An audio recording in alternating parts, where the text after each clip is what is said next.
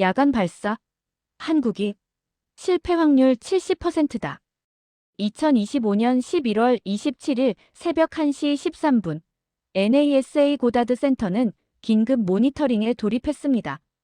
한국이 우주개발 역사상 가장 무모한 도전을 시작했거든요. 칠흑 같은 어둠 속 누리호가 위성 13기를 싣고 하늘로 날아올랐습니다. 20년 경력 NASA 엔지니어 김민주는 확신했습니다. 이건 무리수다. 하지만 127초 후 그의 예상은 완전히 빗나갔습니다. 1단 분리 성공, 2단 점화 성공, 위성 13기 모두 분리 성공, 궤도 진입 정확도 99.9%, 완벽한 발사였습니다. 이건 우연이겠지. 그렇게 생각하려던 순간 6일 후 더 큰 충격이 왔습니다. 12월 2일 새벽 남미 기아나 우주센터. 한국의 아리랑 7호 위성이 우주로 올라갔습니다. 발사 성공 소식을 듣고 김민주는 대수롭지 않게 생각했어요. 상업 발사니까 당연하지. 하지만 다음 날 KARI에서 보낸 기술 문서를 본 순간 그는 얼어붙었습니다. 해상도 30cm. 기술 이전 없음. 순수 국산. 그가 7년 걸려 개발한 월드뷰-3과 동급이었습니다. 한국은 단 5년 만에 따라잡았어요. 일주일, 단 6일 사이에 한국은 두 가지를 증명했습니다. 자체 로켓으로 언제든 위성을 쏠 수 있고 세계 최고 수준의 위성을 만들 수 있다는 것을요. 완전한 우주 독립이었습니다. 20년간 내가 뭘 본 거지? 한국은 어떻게 미국을 따라잡았을까요? 아무도 도와주지 않은 15년, 300번의 엔진 폭발, 그리고 포기하지 않은 의지. 누리호와 아리랑 7호, 일주일이 바꾼 세계 우주 판도의 충격적인 이면을 지금 공개합니다. 여러분은 어떻게 생각하시나요? 한국이 정말 우주강국 대열에 합류했을까요? 일주일 만에 두 번의 성공. 이게 진짜 실력일까요? 댓글로 의견 남겨주시고 이런 이야기가 더 보고 싶으시다면 구독과 좋아요 부탁드립니다. 알림 설정까지 해두시면 새로운 영상을 가장 먼저 만나보실 수 있습니다. 안녕하세요. 저는 김민준입니다. 미국 메릴랜드주 그린벨트에 위치한 NASA 고다드 우주비행센터에서 20년째 정찰 위성 시스템을 개발하고 있죠. 제 명함에는 시니어 새털라이트 시스템즈 엔지니어라고 적혀 있지만 동료들은 저를 그냥 위성 덕후라고 부릅니다. 제가 NASA에 입사한 건 2005년이었어요. 그때부터 지금까지 미국의 가장 중요한 정찰 위성 프로젝트들을 거쳐왔습니다. KH-11 캐넌 시리즈 업그레이드 작업에 참여했고 민간 최고 해상도를 자랑하는 월드뷰-3 위성 개발팀에서 광학 시스템 설계를 담당했죠. 해상도 31cm급 카메라를 우주 궤도에 올려놓는 게 얼마나 어려운 일인지 저만큼 아는 사람도 드뭅니다. 특히 2014년 월드뷰-3 프로젝트는 제 커리어의 하이라이트였어요. 7년간의 개발 기간 동안 수천 번의 시뮬레이션과 테스트를 거쳤습니다. 렌즈 하나 제작하는 데만 18개월이 걸렸죠. 우주 환경에서 작동하는 광학 시스템을 만드는 건 지상에서 카메라 만드는 것과는 차원이 달라요. 섭씨 영하 100도에서 플러스 100도까지 온도가 변하고 우주 방사선이 끊임없이 쏟아지는 환경에서도 정밀도를 유지해야 하거든요. 20년 동안 이 분야에서 일하면서 제 머릿속엔 하나의 공식이 자리 잡았습니다. 우주 기술 선진국은 딱 3곳뿐이다. 미국, 러시아, 그리고 유럽 우주국 정도. 나머지 나라들은 우리 기술을 사거나 아니면 협력이라는 이름 아래 우리가 만든 시스템을 운용하는 수준이라고 생각했어요. 오만했죠. 하지만 그게 제가 본 현실이었습니다. 한국에 대해서도 마찬가지였어요. 물론 한국이 기술적으로 뛰어난 나라라는 건 알고 있었습니다. 삼성, LG 같은 전자제품은 미국 시장에서도 인기가 높고 자동차 산업도 빠르게 성장하고 있다는 건 인정해요. 제 집에도 삼성 TV가 있고 아내는 현대차를 몰고 다니거든요. 하지만 우주 산업은 다릅니다. 반도체 만드는 것과 로켓을 쏘는 건 완전히 다른 차원의 문제예요. NASA 내부에서 한국은 주로 협력 대상국 리스트에 이름을 올리고 있었어요. 우리가 개발한 기술을 공유하거나 국제 프로젝트에 참여시켜주는 정도였죠. 저도 2019년쯤 한국항공우주연구원 KARI 연구원들과 화상회의를 몇 번 한 적이 있습니다. 친절하고 열정적인 사람들이었지만 솔직히 말하면 그들이 독자적으로 뭔가 큰일을 해낼 거라곤 생각 안 했어요. 그때 회의에서 한국 측이 말했습니다. 2025년까지 순수 국산 기술로 1.5톤급 위성을 궤도에 올리겠습니다. 저는 속으로 생각했죠. 야심찬 목표네. 하지만 10년 안에 어림없어.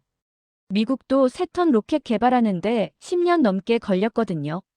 수백 번의 엔진 폭발, 수십 번의 발사 실패를 겪으면서요. 특히 발사체 기술은 더 그랬습니다. 로켓 엔진을 자체 개발한다는 게 얼마나 어려운지 아십니까? 연소실 온도가 섭씨 3000도를 넘고 연료를 초당 수백 킬로그램씩 태워야 해요. 조금만 설계가 잘못돼도 발사대에서 폭발합니다. 미국도 1960년대에 수십 번의 폭발 사고를 겪으며 기술을 쌓아왔어요. 러시아는 냉전 시대부터 축적한 노하우가 있고요. 그런데 한국이 순수 국산 기술로 위성을 궤도에 올린다. 제 머릿속에선 그건 최소 10년은 더 걸릴 일이었습니다. 2019년 회의 이후 저는 한국 우주 개발 소식을 가끔 확인했어요.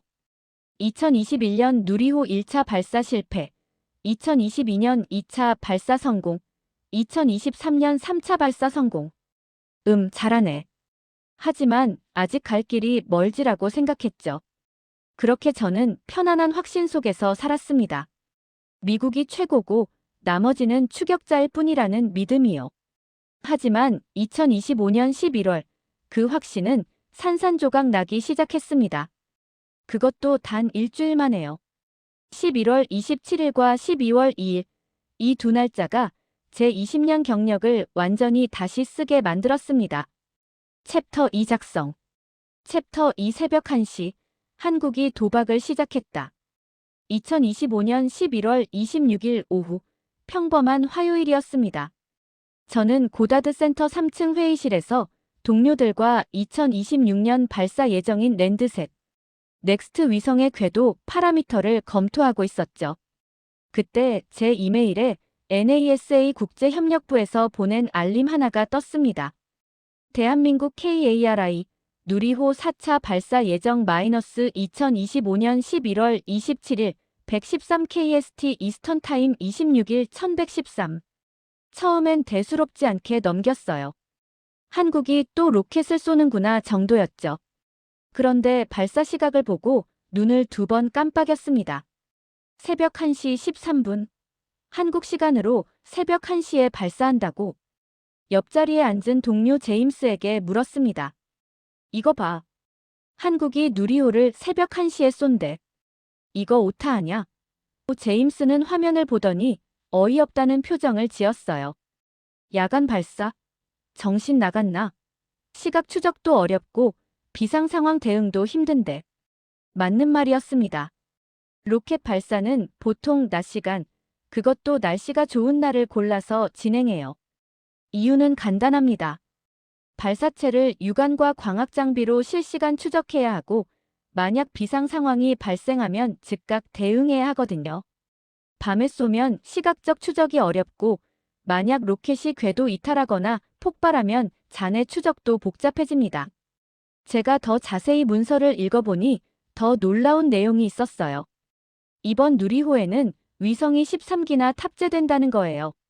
주탑 제위성인 차세대 중형 위성 3호와 부탑 제위성 12기. 저는 즉시 이전 발사 기록을 검색했습니다. 누리호 2차 발사 때는 위성 1기, 3차 발사 때는 8기였어요. 그런데 4차에서 갑자기 13기? 이건 너무 무리수 아냐? 제임스가 중얼거렸습니다. 저도 고개를 끄덕였죠. 위성 개수가 늘어나면 분리 시퀀스가 복잡해지고 하나라도 잘못되면 전체가 실패할 수 있어요.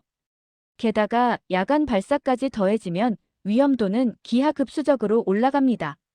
오후 4시쯤 NASA 국제협력부에서 긴급 온라인 브리핑이 열렸습니다.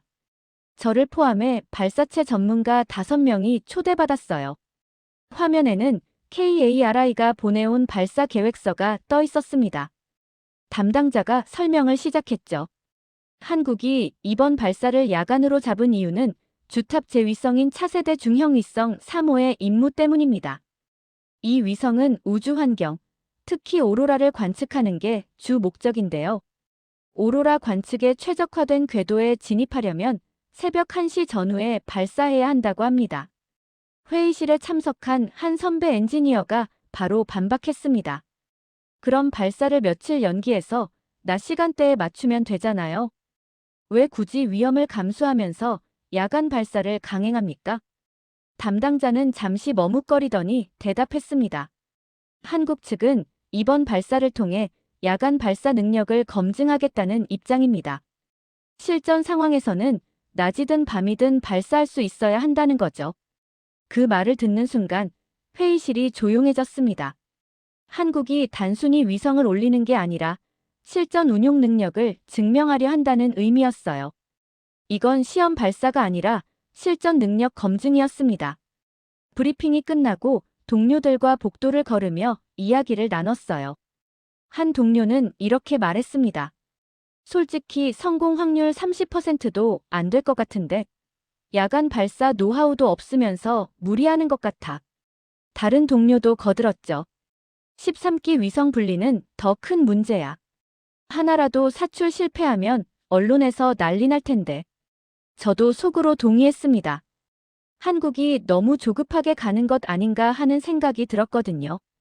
차근차근 낮 발사로 경험을 쌓고 위성 개수도 단계적으로 늘리는 게 정석인데 갑자기 모든 걸 한꺼번에 시도하다니요. 그날 저녁 집에 돌아와서도 계속 신경이 쓰였습니다. 한국 시간으로 새벽 1시 13분이면 미국 동부 시간으로는 26일 낮 11시 13분이죠. 점심시간 직전에 발사 생중계를 볼 수 있겠다 싶었어요.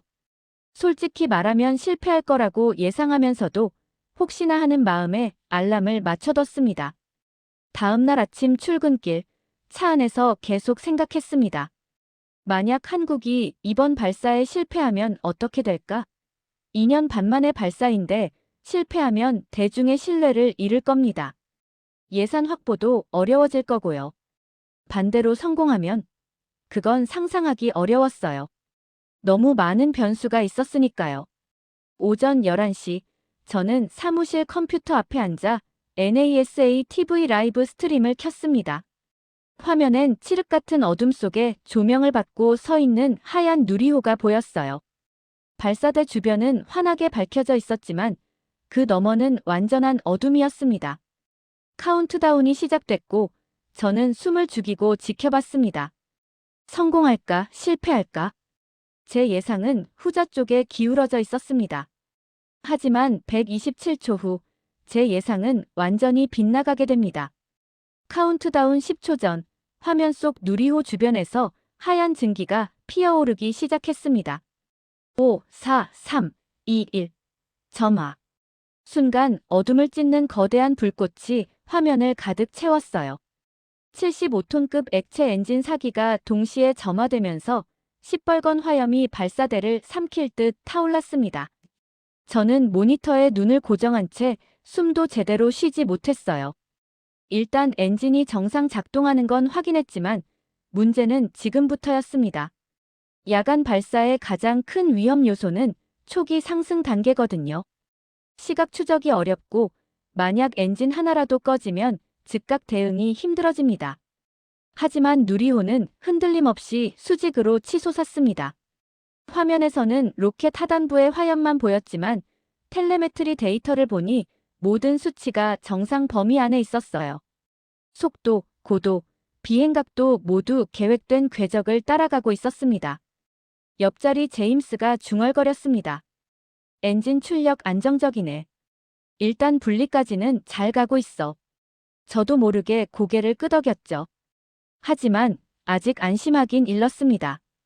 발사 후 122초, 1단 분리 시퀀스가 시작됐습니다. 이 순간이 가장 중요해요. 일단 로켓이 떨어져 나가면서 2단 엔진이 점화되는 찰나의 순간에 문제가 생기면 모든 게 수포로 돌아가거든요. 화면 하단에 1단 분리 성공 자막이 떴습니다. 바로 이어서 2단 엔진 점화 확인 메시지가 나왔어요. 제 심장이 빠르게 뛰기 시작했습니다. 여기까지는 순조로웠어요. 하지만 진짜 고비가 남아 있었습니다. 위성 13기를 모두 분리해야 하는 거였죠. 발사 후 3분 30초쯤 페어링 분리가 진행됐습니다. 로켓 선단부를 덮고 있던 보호 덮개가 두 쪽으로 갈라지면서 떨어져 나갔어요. 이 과정도 완벽했습니다. NASA TV 화면에는 KARI 관제센터의 환호성이 들려왔어요.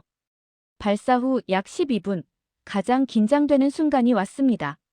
주탑 제위성인 차세대 중형 위성 3호 분리였어요.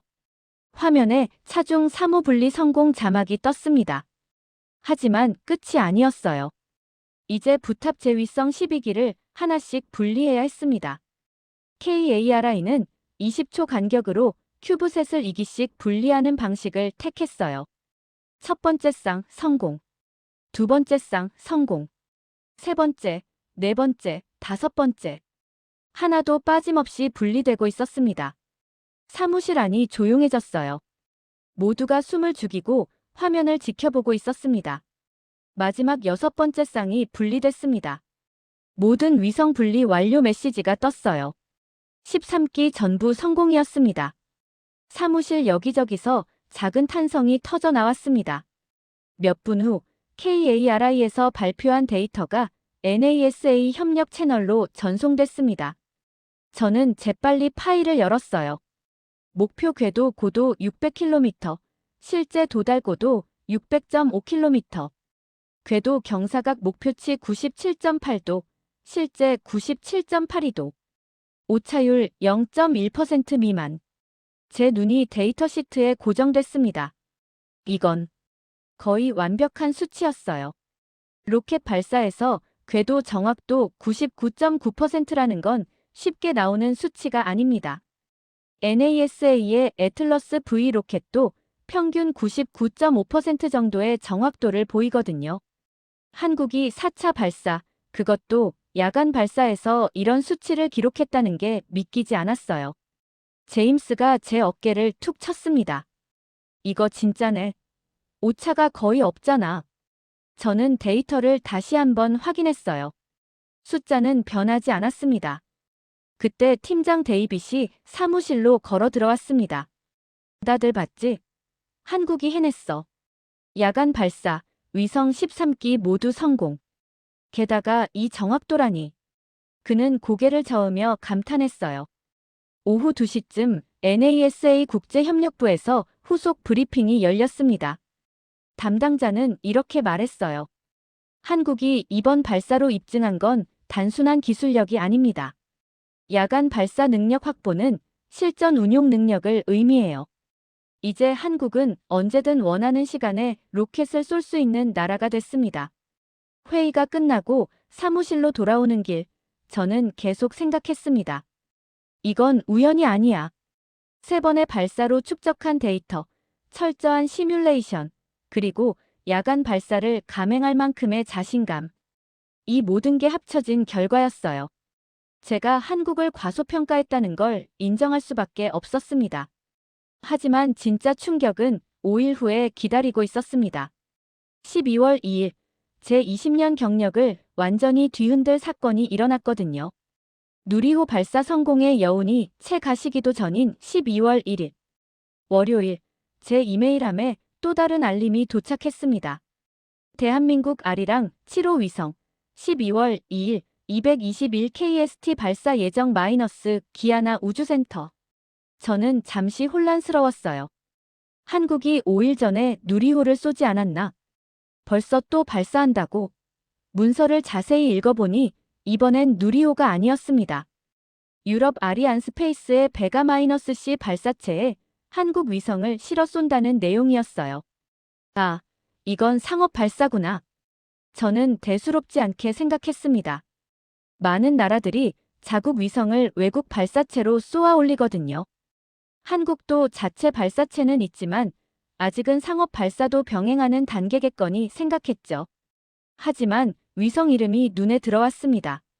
다목적 실용 위성 7호, 일명 아리랑 7호. 저는 NASA 데이터베이스에서 아리랑 시리즈를 검색했어요. 아리랑 355가 해상도 55cm급 광학 위성이라는 정보가 나왔습니다. 그럼 7호는 그 업그레이드 버전이겠네. 다음 날 새벽 한국 시간으로 12월 2일 오전 2시 21분. 저는 일부러 일찍 출근해서 발사 중계를 켰습니다. 남미 기아나 우주센터 베가-C 발사체가 아리랑 7호를 싣고 완벽하게 이륙했어요. 발사 44분 후 위성은 고도 576km 태양동 기궤도에 안착했습니다. 좋아, 한국이 또 성공했네. 저는 만족스럽게 중계를 끄려던 참이었습니다. 그런데 오후 3시쯤 KARI에서 보낸 이메일 하나가 도착했어요. 제목은 간단했습니다. ARIRANG-7 세털라이트 테크니컬 스페서퍼케이션즈 마이너스 컴퍼덴셜 데이터 쉐링 프로토칼 한미 우주협력 협정에 따라 공유되는 기술 문서였죠. 저는 커피를 한 모금 마시고 파일을 열었습니다. 처음엔 대수롭지 않게 생각했어요. 어차피 중급 수준의 지구 관측 위성이겠거니 했죠. 하지만 첫 페이지를 넘기는 순간 커피잔을 책상에 내려놓았습니다.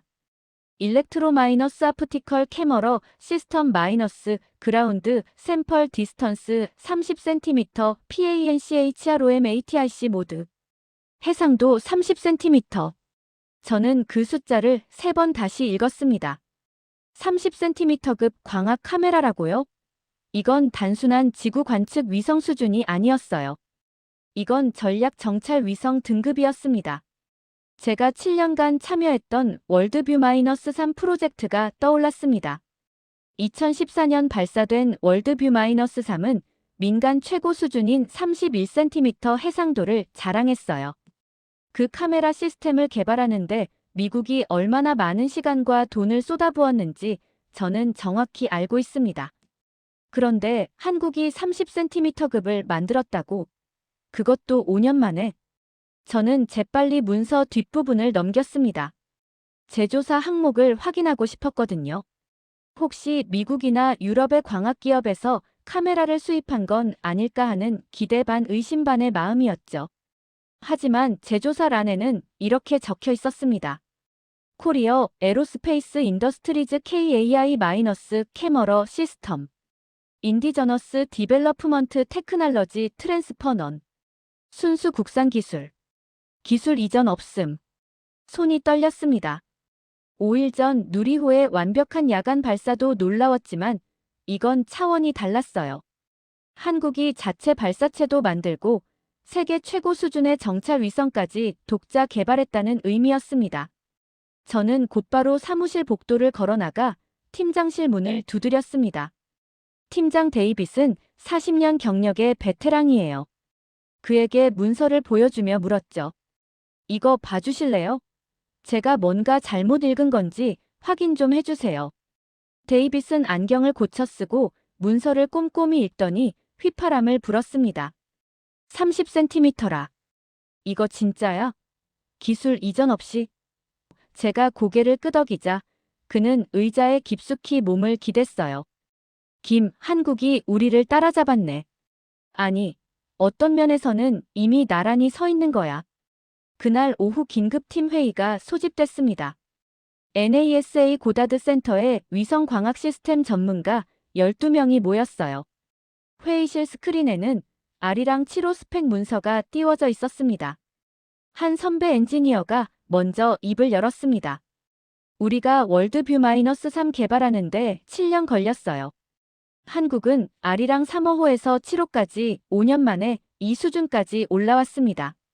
해상도를 55cm에서 30cm로 거의 2배 향상시켰어요. 저는 문서에서 렌즈 스펙을 찾아봤습니다. 주경 직경 1.2m급. 이건 우주망원경 수준이었어요. 이 크기의 렌즈를 로켓 발사 때의 극심한 진동 속에서도 무사히 궤도까지 올려놓았다는 겁니다. 또 다른 동료가 질문했습니다. 렌즈 제작은 어디서 했죠? 저는 문서를 확인했어요. 한화 시스템즈라는 한국 기업입니다. 그런데 특이한 점이 있어요. 렌즈 연마 기술에 반도체 제조 기술을 응용했다고 나와 있습니다. 회의실이 잠시 조용해졌습니다. 한 연구원이 말했어요. 아, 그거 영리한 접근인데요. 한국은 세계 최고 수준의 반도체 미세 공정 기술을 가지고 있잖아요. 그 정밀도를 광학 렌즈에 적용한 거군요. 맞는 말이었습니다. 기존 우주광학 기업들은 전통적인 렌즈 연마 방식을 고집했어요. 하지만 한국은 자신들이 가장 잘하는 반도체 기술을 접목시켰습니다. 이건 정말 창의적인 발상이었어요. 저는 NASA 데이터베이스에서 비교 분석을 시작했습니다. 월드뷰-3 해상도 31cm, 개발 기간 7년, 개발 비용 추정 8억 달러.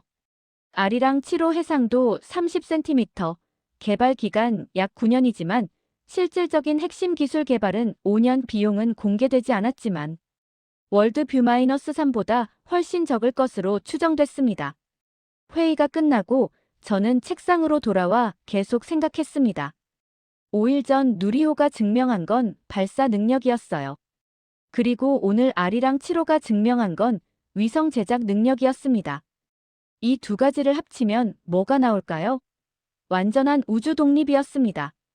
한국은 이제 자신들의 로켓으로 자신들의 위성을 원하는 시간에 쏠 수 있는 나라가 됐습니다. 그것도 세계 최고 수준으로요. 그는 NASA 데이터베이스에서 다른 나라들의 상황을 검색했습니다. 특히 아시아 우주 경쟁국인 일본이 궁금했어요. 일본은 1970년부터 우주 개발을 시작한 나라입니다. 50년이 넘는 역사를 가진 우주 강국이죠. 하지만 최근 몇 년간 일본의 상황은 좋지 않았습니다. 2023년 3월 일본의 차세대 로켓 H3의 첫 발사가 실패했어요. 2단 엔진 점화가 안 됐죠. 같은 해 7월 재도전했지만 또 실패했습니다. 일본 언론은 50년 우주 개발 역사의 먹칠이라며 비판했어요. 저는 최근 5년간 발사 성공률을 비교했습니다.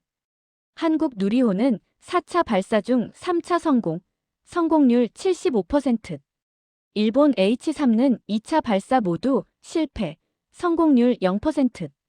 2024년 2월에야 겨우 첫 성공을 기록했지만 한국은 이미 연속 성공 기록을 쌓고 있었습니다. 개발 기간도 달랐어요. 일본 H3는 2014년 개발 시작해서 10년이 넘게 걸렸습니다. 한국 누리호는 2010년 시작해서 2022년 첫 성공, 12년 만에 완성했어요. 그것도 더 빠른 속도로 안정화됐죠. 왜 이런 차이가 났을까요? 저는 두 나라의 접근 방식을 분석했습니다. 일본은 기존 H-II 로켓의 기술을 개량하는 방식이었어요. 검증된 기술을 쓰니 안전하지만 혁신은 더뎠습니다. 반면 한국은 백지에서 시작했어요. 실패할 위험이 컸지만 오히려 최신 기술을 과감하게 적용할 수 있었죠. 위성 분야도 마찬가지였습니다. 일본의 최신 정찰 위성은 해상도 50cm급으로 알려져 있어요. 한국 아리랑 7호의 30cm보다 성능이 떨어집니다. 게다가 일본은 위성 제작에 상당 부분 미국 기술을 의존하고 있었어요. 더 놀라운 건 속도였습니다. 한국은 아리랑 3호 55cm 해상도에서 7호 30cm 해상도까지 단 5년 만에 도약했어요. 보통은 단계적으로 45cm, 40cm를 거쳐야 하는데 한국은 그 과정을 건너뛰었습니다. 이건 엄청난 기술 자신감이 없으면 불가능한 일이에요. 저는 문득 깨달았습니다. 기술 독립이 왜 중요한지를요. 누군가의 기술을 빌렸으면 그 순간은 편합니다. 하지만 진짜 위기가 왔을 때 스스로 해결할 능력이 없어요. 한국은 험난한 길을 택했지만 그 덕분에 진짜 실력을 갖춘 겁니다. 그리고 한 가지 더 중요한 사실이 있었습니다. 한국은 누리호를 자체 발사체로 쏘고 아리랑 7호는 유럽 발사체를 이용했어요. 이건 전략적 선택이었습니다. 자체 능력을 키우면서도 필요할 땐 국제 협력도 활용하는 거죠. 유연한 접근이었어요. 다음 날 아침, 팀 회의에서 동료 한 명이 물었습니다. 김 박사, 솔직히 한국이 정말 우리 수준까지 온 거예요? 저는 잠시 생각하다 대답했어요. 어떤 면에서는 이미 우리와 나란히 서 있습니다. 누리호와 아리랑 7호가 그걸 증명했어요. 12월 중순, 저는 펜타곤에서 열린 한미 우주정보협력회의에 참석했습니다. 미국 국방부, NASA, 그리고 KARI 관계자들이 모인 자리였죠. 주제는 명확했습니다. 아리랑 7호 정보 공유 체계 구축. 회의실 스크린에는 아리랑 7호가 촬영한 샘플 이미지가 떠 있었어요. 한반도 상공에서 촬영한 고해상도 영상이었습니다. 건물 하나하나가 선명하게 보였고 도로 위 차량의 종류까지 구별할 수 있었죠. 미국 측 국방부 담당자가 먼저 입을 열었습니다. 이 수준의 정보라면 우리 KH-11 시리즈와 대등합니다. 실시간 공유가 가능하다면 북한 감시 능력이 2배로 늘어나는 셈이죠. KARI 측 대표가 고개를 끄덕였어요. 아리랑 7호는 하루에 한반도 상공을 2회 통과합니다. 미국 위성과 교대로 감시하면 사각지대가 거의 사라지게 됩니다. 저는 그 순간 묘한 감정을 느꼈습니다. 10년 전만 해도 이런 회의는 상상할 수 없었거든요. 그땐 미국이 정보를 주고 한국이 받는 일방적 구조였어요. 하지만 지금은 달랐습니다. 한국이 독자적인 정보를 가지고 미국과 대등하게 협상하고 있었습니다. 회의 후반부에 구체적인 프로토콜이 논의됐어요. 아리랑 7호가 촬영한 북한 핵시설 이미지는 24시간 이내에 미국과 공유됩니다. 반대로 미국 위성이 포착한 중국군 동향도 한국에 제공되죠. 완전한 양방향 정보 교류였습니다. 한미군 장성이 질문했습니다. 만약 긴급 상황이 발생하면 어떻게 됩니까? 예를 들어 북한 미사일 발사 징후가 포착됐을 때요. KARI 측이 대답했어요. 아리랑 7호는 긴급 촬영 모드가 있습니다. 요청 후 2시간 이내에 해당 지역을 재촬영할 수 있죠. 게다가 아리랑 5호 SAR 위성과 연동하면 24시간 전천 후 감시가 가능합니다. 회의실이 조용해졌습니다. 2시간 긴급 대응 능력에 SAR 연동까지 이건 완벽한 군사작전 수준이었어요. 회의가 끝나고 복도에서 한 국방부 관계자가 제게 다가왔습니다. 김 박사, 솔직히 우리도 놀랐어요. 한국이 이렇게 빨리 따라올 줄은 몰랐습니다. 누리호 야간 발사에 아리랑 7호까지 단 일주일 만에 우리 인식이 완전히 바뀌었어요. 저는 씁쓸하게 웃었죠. 저도 마찬가지입니다. 20년간 쌓아온 고정관념이 6일 만에 무너졌으니까요. 그날 저녁 위성정보 공유 협정 초안이 제 이메일로 도착했습니다. 문서를 읽으면서 한 구절이 눈에 들어왔어요. 양국은 동등한 파트너로서 우주 정보를 상호 교환하며 어느 일방도 타방의 정보에 의존하지 않는다. 동등한 파트너. 이 단어가 주는 무게감이 컸습니다. 2015년쯤 저는 한국 측과 협력 회의를 한 적이 있어요. 그때 미국이 제시한 문서엔 이런 표현이 있었죠. 기술 선진국과 협력국 간의 정보 제공. 협력국, 즉 도움을 받는 쪽이라는 의미였습니다. 하지만 2025년 지금 그 단어는 완전히 바뀌었어요. 한국은 더 이상 협력국이 아니라 파트너였습니다. 미국이 인정한 거죠. 한국이 독자적 우주정보 능력을 갖췄다는 것을요. 그날 밤 워싱턴 DC로 돌아오는 차 안에서 저는 생각했습니다. 동맹이란 게 뭘까요? 한쪽이 일방적으로 보호하고 다른 쪽이 의존하는 관계일까요? 아니면 서로의 강점을 나누며 함께 강해지는 관계일까요? 한국은 후자를 선택했습니다. 그 결과 이제 한미동맹은 우주에서도 진정한 파트너십이 됐습니다. NASA에서 20년을 일했습니다.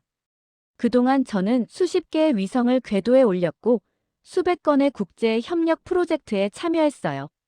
하지만 2025년 11월 27일부터 12월 2일까지 단 일주일만큼 제게 큰 충격을 준 시간은 없었습니다. 11월 27일 새벽 1시 13분, 한국의 누리호가 칠흑 같은 어둠을 가르며 날아올랐습니다. 위성 13기를 완벽하게 분리하고 궤도 정확도 99.9%를 기록했죠. 그로부터 6일 후인 12월 2일 새벽 아리랑 7호가 기아나 우주센터에서 우주로 올라갔습니다. 해상도 30cm, 미국 월드뷰-3화 동급의 성능이었어요. 제가 배운 건 기술이 아니었습니다. 기술은 이미 알고 있었죠. 제가 배운 건 태도였어요. 한국은 아무도 도와주지 않는 상황에서 스스로 일어섰습니다. 실패를 두려워하지 않았고 불가능하다는 말에 굴하지 않았어요. 그리고 결국 해냈습니다. 지난주 KARI에서 2030년 계획을 발표했습니다. 달 착륙선 개발, 차세대 정찰 위성 5기 추가 발사, 그리고 한국형 우주정거장 예비 설계. 5년 전이었다면 저는 코웃음 쳤을 겁니다. 하지만 지금은 다릅니다. 한국이라면 할 수 있다고 믿어요. 왜냐고요? 숫자가 증명하거든요.